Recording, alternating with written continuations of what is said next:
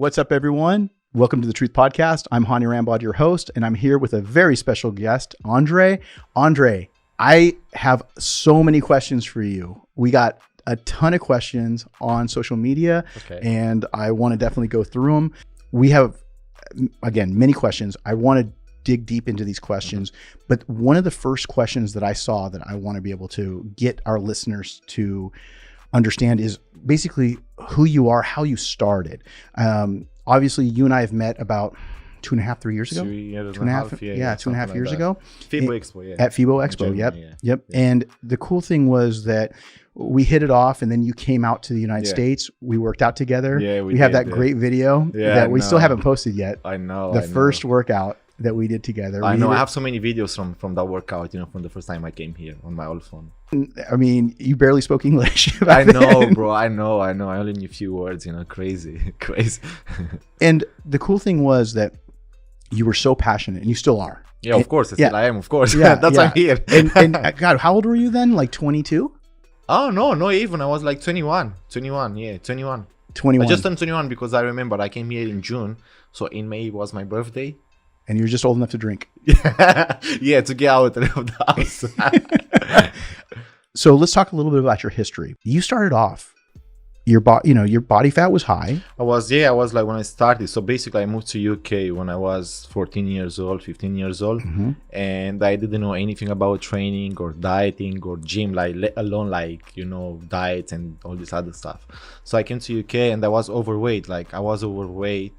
And so you came from Romania. Yes. That's why you have a Romanian accent, because everybody asked me, they're like, hey, that's not a UK accent. No, definitely no.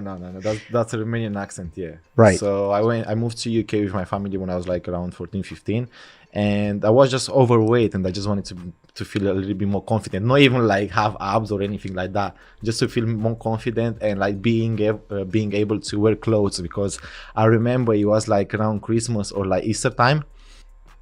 And me and my family, we went out to when you are a kid and your family goes and buys you like new clothes or Easter or Christmas and stuff. Mm-hmm. So I remember we did that, and I started crying because like I had this pair of jeans that I really liked and they couldn't fit me. This is at 14 years old. Yeah, like 14, 15 years old. Yeah, just like getting to UK. So I was like, when I go to the UK and I had a little bit more time until I get a place to go to school. I had like a few months off, so I said, let me just do something about it. And it was just a gym like around the corner, which was like £10 a month, which was nothing. Anyway, I didn't even have money to afford, like a good gym membership or anything like that. So anyway, I just went to the gym and I started like doing whatever I could, just like 2-3 times a week, because I was underage to actually go and train like every day. Because you weren't old enough to be able to go. Yeah, exactly. So they wouldn't let me do any free weights or barbell. So I could only do like few machines and cardio, a lot of cardio. So I did that. But then again, like I would finish the gym session and I would go to like KFC or things like that, because I didn't know anything about the diet. Like I didn't know what macros are, protein, carbs, and so on, So yeah, I was just overweight and just wanted to feel confident and being able to wear the clothes that I would want to. So basically that was kind of like a defining moment for you. Yeah. So you couldn't put on the clothes. Yeah. And you I was just embarrassed how the way I looked. And everybody in secondary school and even back home in Romania, they would used to call me fatty and making jokes and stuff. And it wouldn't, it wouldn't make me feel comfortable. So I wanted to change that. Well, you know what? Not only have you changed it, but now you've also created a very great, business model, because now you have 3 point, what are you like this? What are you this week? 3.8? Yes. 3.8 million. Yes. You're up to 3.8 million followers on Instagram. Your YouTube is growing. And one of the things that people tend to use for motivation is they repost your photos. Mm-hmm. And they got, you with the girls. I know, the fitness and the party life. Yeah. Right. But the thing is that party life picture, it wasn't even party life. It was just like a getaway with my really good friends at that time, and we just took, when you do like group pictures with like, like your friends and stuff. So I wasn't even a party guy anyway before. Yeah. So what's funny is that did you ever think that one day you wanted to do this for a living? No, I didn't even knew that you can actually do get money out of this or or make a living out of like this fitness or bodybuilding, whatever you want to call it, lifestyle. So I was just like, I was start doing it because I liked it, you know, like it made me feel good. So I was just like, okay, like I'm just gonna do it. Like I don't drink, I don't smoke, I don't do all this other stuff like that kids that will do at my age. So let me just get into it because it makes me happy and makes me feel confident. Right. And then I just started getting into it. I saw results in the gym, and then it made me more hungrier and more, you know, obsessed to go into the gym. And then slowly I was picking up like diets, training, you know, like slowly, because back in the day when I started, it wasn't that many information as we have now, like on YouTube, on all these social media platforms, or like most of the coaches, they do like, you know, vlogging and all this stuff, so you can get the information from. So yeah, so then I just saw like the improvements, and I was like, oh, like I want to do this. And then like I saw like people on social media that they compete and stuff. So I thought, oh, like I want to try this one. Well, were you doing modeling first?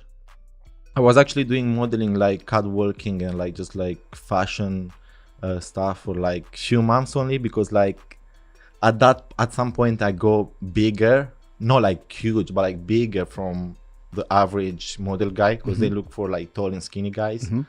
So I had to stop doing that. That was one of the questions. They want to know how tall you are, because they say that you're looking taller now. And I said, well, what's happening is because of all the estrogen, you're growing. that natural growth hormone is going up. It's going up. It's going up, bro. Like now I'm, what's that in inches? I don't know how much is that in feet, I mean. I think you're about 5'11". 5'11". I'm 180. 180 centimeters. Yeah, so I don't know what's that. I think 5'11". Yeah, I think it's about 5'11". Yeah, but when I started training, like I was like probably like 170. So I was like I grew like size wise, but you also grow. Taller. Height. Yeah. So the thing is too, tell me about the UK, because when you went to the UK, there was a reason why you didn't have the best experience with, you know, speaking English and all that, because you guys were kind of living in a Romanian kind of community, right? Yeah, like I was living with my family, and like we were sharing the room with other family members, so everyone was speaking Romanian. And then going to the school, like I had Romanian friends, even the teacher were Romanian, you know, right? So like imagine you were in the Romanian bubble, literally, you know, like it was like a Romanian city, and especially like the city where I live in UK. Like where's that?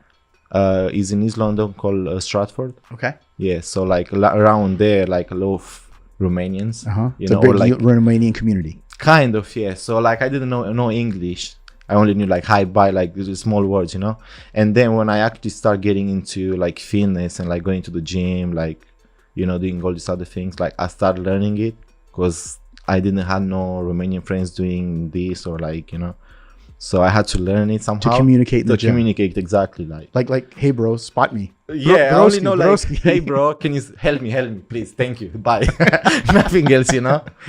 So, yeah, because your English in 2.5 years has gotten way better, because I remember how tough it was. I know at the beginning, especially like, because like you guys here in America, you have like a different accent. Yeah. So I was like, oh, like I'm struggling to understand this, you know. But now it's actually getting much better. So I'm glad that like I